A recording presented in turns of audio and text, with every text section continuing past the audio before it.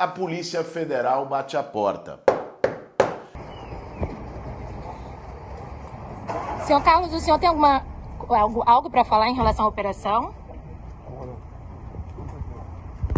Era segunda-feira, 5 horas da manhã. Um vereador, um deputado federal, um senador e o pai deles resolvem sair para pescar. Coincidentemente, logo depois, a Polícia Federal bate a porta. Era busca e apreensão contra o vereador Carluxo, o Carlos Bolsonaro, investigado pelo comando do maior esquema de espionagem da história do país, que envolveu o monitoramento de parlamentares, juízes, ministros do STF e opositores através da ABIN. Bom, o que a gente precisa saber é como a família de milicianos usou a ABIN. E o que pode acontecer com Carlos Bolsonaro, os seus familiares, incluindo o Jair, com o que já apareceu e com o que ainda pode aparecer na investigação. Esse vai ser o tema de hoje do nosso Café com Bolos. E aí, tem tempo para um cafezinho?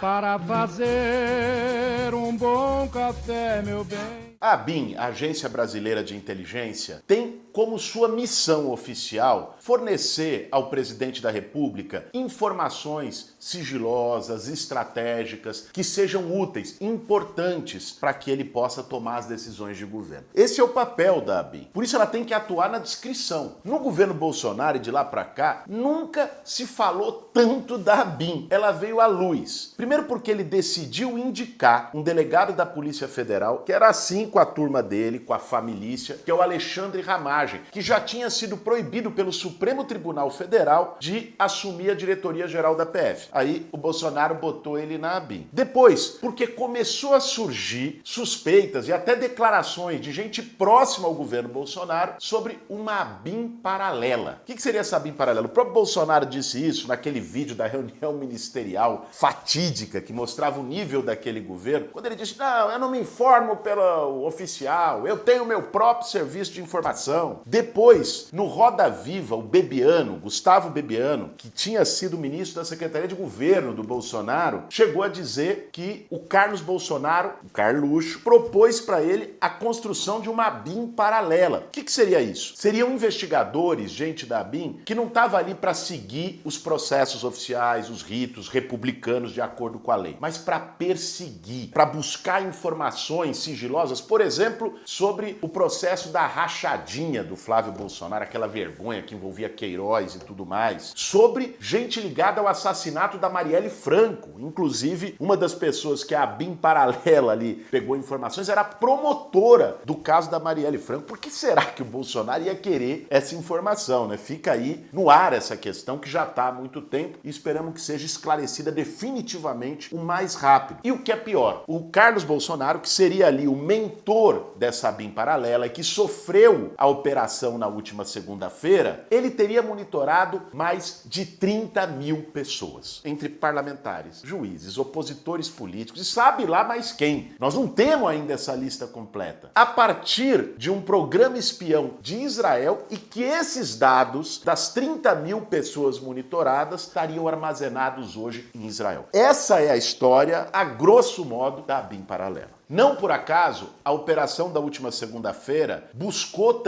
focou no Alexandre Ramagem, que era o diretor da ABIN e que teria viabilizado esse processo todo, e num braço direito dele, seu assessor, o Giancarlo. O foco da investigação no Carlos Bolsonaro foi pelo que a PF já tinha achado na semana anterior, quando fez busca e apreensão contra o Alexandre Ramagem, que hoje é deputado federal. A ferramenta de espionagem utilizada é um programa chamado First Mile, israelense, que tem a capacidade de monitorar os usuários de um telefone móvel. Você ali faz a localização em tempo real de onde a pessoa está e obtém outros dados se você colocar essa pessoa ali no programa, no sistema do First Mile. Na prática, é uma manipulação dos protocolos das redes celulares, enganando minando o sistema e permitindo que ele forneça esses dados de retorno sobre a localização. Logicamente, isso é ilegal. O monitoramento ele só pode ser feito com autorização judicial, por razões óbvias de privacidade. E um monitoramento feito contra opositores políticos e figuras de instituições do Estado, isso para além de ilegal e criminoso, é um esquema autoritário de controle. Esse uso, como o Carluxo fez, é próprio de governos autoritários, ditatoriais, que fazem este uso de ferramentas da polícia, de tecnologias da polícia, para monitorar, grampear e perseguir opositores políticos. Então, gente, a gente tem que combater com muita firmeza a reação do bolsonarismo tentando se vitimizar. Dizer, não, agora o Bolsonaro é vítima de perseguição política, o Carluxo, eles estavam lá pescando em Angra dos Reis. Pelo amor dos meus filhinhos, como dizia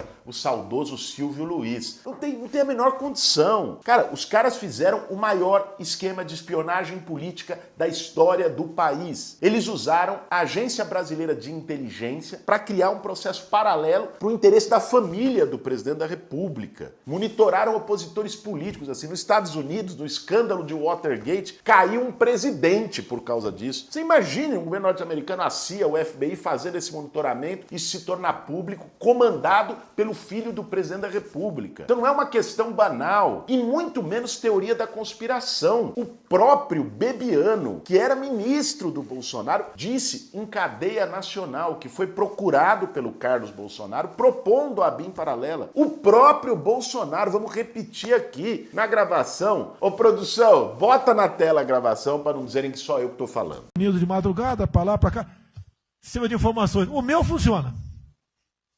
O meu particular funciona. Pois é, isso é quase uma confissão. As questões que eu quero deixar para vocês hoje nesse Café com Bolos, e delas vão depender talvez até o futuro jurídico do Carluxo, do Bolsonaro, e tem implicações diretas sobre a democracia brasileira, são as seguintes. Primeiro, quem é que foi monitorado? Nós precisamos da lista desses nomes. Quem foram essas 30 mil pessoas monitoradas ilegalmente? Porque aí ali é pão, pão, queijo, queijo. Vai mostrar quem foi, vai ficar claro quais eram os interesses que estavam por trás desse monitoramento. Segundo, esses dados da BIM paralela foram utilizados de algum modo para planejar ou mesmo na execução dos atos golpistas do 8 de janeiro? Como esse serviço de inteligência atuou também diretamente na campanha do Bolsonaro, nas campanhas de fake news e do gabinete do ódio? E a terceira, que essa ficou muito esquisita, ficou no ar. Será que o Bolsonaro foi pescar mesmo com os filhos às 5 horas da manhã? Ou ele tinha informações privilegiadas,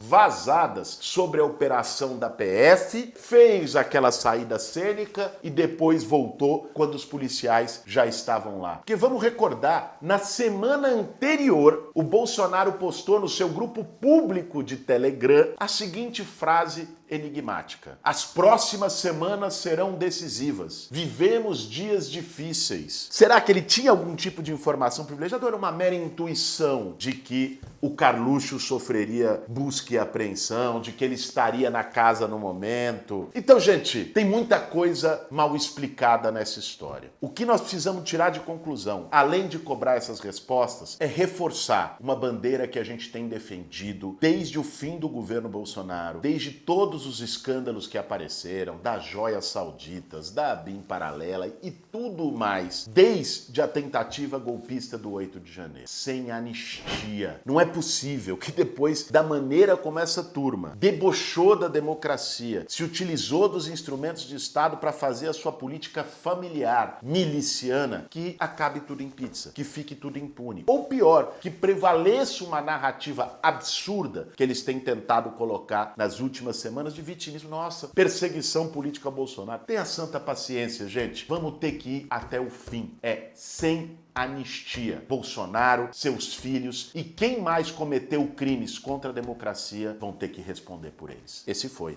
mais um Café com Bolos. Para fazer um bom café, meu bem.